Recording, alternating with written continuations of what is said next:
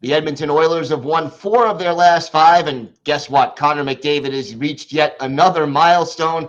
Brett Holdon of Locked On Oilers is here to talk about all things Edmonton Oilers next on the Locked On NHL podcast.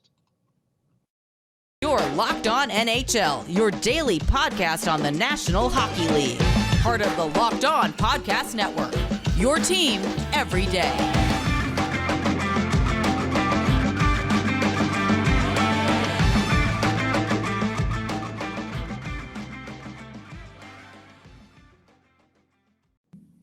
And welcome back to the Monday edition of the Locked On NHL podcast. Gil Martin, so glad you could be with us today, and thank you for making Locked On NHL your first listen every day. We are free and available on all platforms.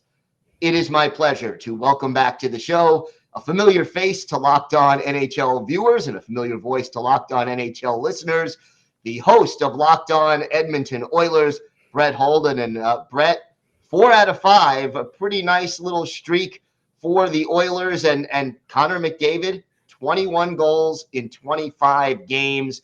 What is that, about a 73-goal pace, give or take? Not bad, eh? Not bad. Right. All of the day's work, right? Yeah, exactly. And hey, let's start off with that 4 out of 5, because the thing about the Oilers right now is that they are beaten and battered. With Vander Kane is out and Kyler Yamamoto's been out. He did skate and practice on Sunday, so that is good to hear. But Ryan McLeod is out. Warren Foegele is out. Those are all contenders to be in your top 6 at times, but at least in your top 9. The Oilers are missing that, and at least you can see Connor McDavid and Leon Draisaitl starting to pick it up. The other thing, though, is that the Edmonton Oilers are getting scoring from guys when they win, not named Connor McDavid and Leon Draisaitl. Each of their games they have won, the Oilers have gotten at least 2 goals from somebody not named Connor McDavid or Leon Draisaitl. That is big for the Edmonton Oilers. The other thing about the Oilers' wins over the last couple of weeks, or I guess last week, is that they've also normally been from behind. And yes, that's not fantastic all the time, but the Edmonton Oilers aren't really known for scoring the first goal in a game. And once they are able to score that first goal in the game, they win their games more often than not. But when they are playing from behind, even 1 goal, 2 goals, 3 goals, but from behind, you're sitting there going, the Oilers can still do it, and they did it against the Rangers, came back and won that one, and it's a lot to do with that number 97 guy, because you go and you realize, this guy can basically score whenever he wants to. So the Edmonton Oilers, I think, are playing with an underrated confidence, because I think that 4 out of 5 is if you're in Edmonton, it still seems like they're underwater right now. What do you think is the reason for the slow starts, for giving up those first goals more often than not? Well, where should we begin? Well, the first thing is, I think the defense is not where it should be. During the offseason, there was a lot of questions on, is this defense good enough? And I sat there and I was one of those guys who just went, no, it's good. It's fine. We'll be fine. Bouchard's going to keep developing. Broberg's going to be a full-time player.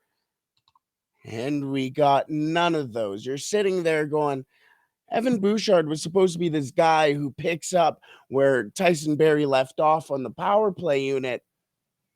And he's just now, over the last couple of games, figuring out his offensive touch. Still, defensively, he's a little shaky, but he's finding his game there as well. Philip Broberg has only been called up since last week because he's had not really a myriad of injuries, but a couple of injuries over the last couple of weeks, including a deep cut into his hand from a steak knife as he was trying to open it with a sheath. However, the sheath wasn't on, and he just sliced his hand. He had to go through and have a whole bunch of stitches. So that's tough for a player like Broberg, who's trying to fight into the lineup and now just finding his feet there. Then we can talk about the obvious, the goaltending. Let's talk about the goaltending because it has been an issue not just this year, but for a while. Uh, the duo of Stuart Skinner and Jack Campbell, not the most consistent right now. Yeah, and you're coming into the season, and well, first of all, everybody who watched Jack Campbell in Toronto went, "Hey, this guy's inconsistent," and all the Oilers fans went, "La la la la la." You know what? Maybe they were right. Hate to admit it, but maybe they were right. But you're also coming into the season and going, well, Ken Holland said in the press conference after the first day of free agency, and he said, yeah, we're expecting probably about a 60-20 or 60-40 split between Campbell and Stuart Skinner out of 100%, not out of all the games. I was trying to do the math. I'm not a math guy, but you know where I'm coming from that. But then Campbell has his start that he has, and then Stuart Skinner starts 4 games in a row. And you take a look at the numbers behind the exact same defense, and Stuart Skinner is outperforming Jack Campbell. Stuart Skinner has a goals against average of 2.91 right now, where Jack Campbell has above 4.0 goals against average. And the save percentage of 914 for Skinner, above 900. Gil, I cannot tell you how excited I am to see a goaltender above 910 with a save percentage. The last couple of years, we've had Mike Skinner and Mikko Koskinen to watch.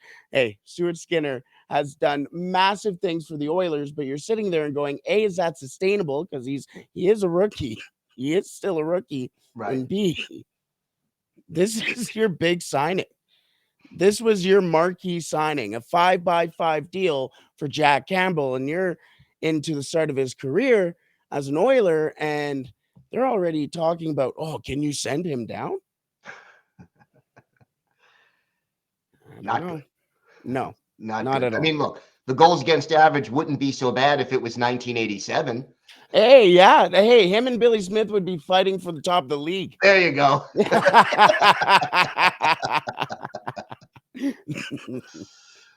So is there an answer? I mean, what can the Oilers do to steady the ship in net? That's tough. It's tough because I think the answer is you just stick with it.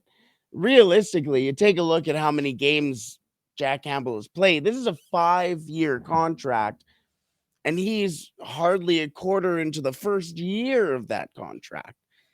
There's a lot of time left. And yes, I will say this is the quarter line of the season. And this is now the time where you've had your evaluations. You know what you have now. Now is the time to go, okay, how can we start building with what we have now? What adjustments do we make with what we have now? And I think this is now where you realize what type of goaltender Jack Campbell is. I mean, you hear him talk after games and you go, oh my goodness, this guy can beat himself up. And you're trying to get away from that.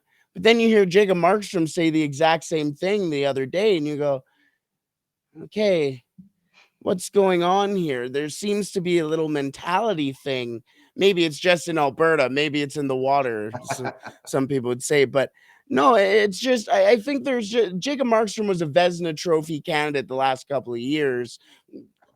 I just think you go through lapses. You got to figure it out. New place for Campbell too, right? There's a lot of pressure. Well, we'll see whether or not he can turn it around. It obviously would be important to the Oilers if he does.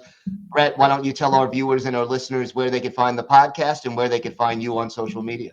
You can find me everywhere on social media at The Real Holdon 40. I think my Nexopia is still that as well. But you don't care about me. You care about the show. You can find the show at Locked On Oilers on Twitter, exactly how it's spelled. And you can also find us on YouTube, Locked On Oilers there. Hit the subscribe button if you haven't already. And why haven't you? You get to see a Linus Omark jersey. When was the last time you saw one of those? There you go. There you go. And whenever the Oilers are playing, take the over. That's the Yes. Oh, yeah. Hammer it. Hammer it. all right. Brett, always a pleasure. Thank you so much for joining us today. Appreciate it. Thank you so much. Today's episode is brought to you by your friends at BetOnline. BetOnline.net is your number one source for sports betting info, stats, news, and analysis. Get the latest odds and trends for every professional and amateur league out there, from football to basketball to World Cup soccer, the NHL, and esports. We've got it all at betonline.net. And if you love sports podcasts, you could find those at BetOnline as well. We're always the fastest and easiest way to get your betting fix. And hey, maybe you want to turn your knowledge of the NHL into a chance to win some money. You can head to the website today or use your mobile device to learn more. Bet online, where the game starts.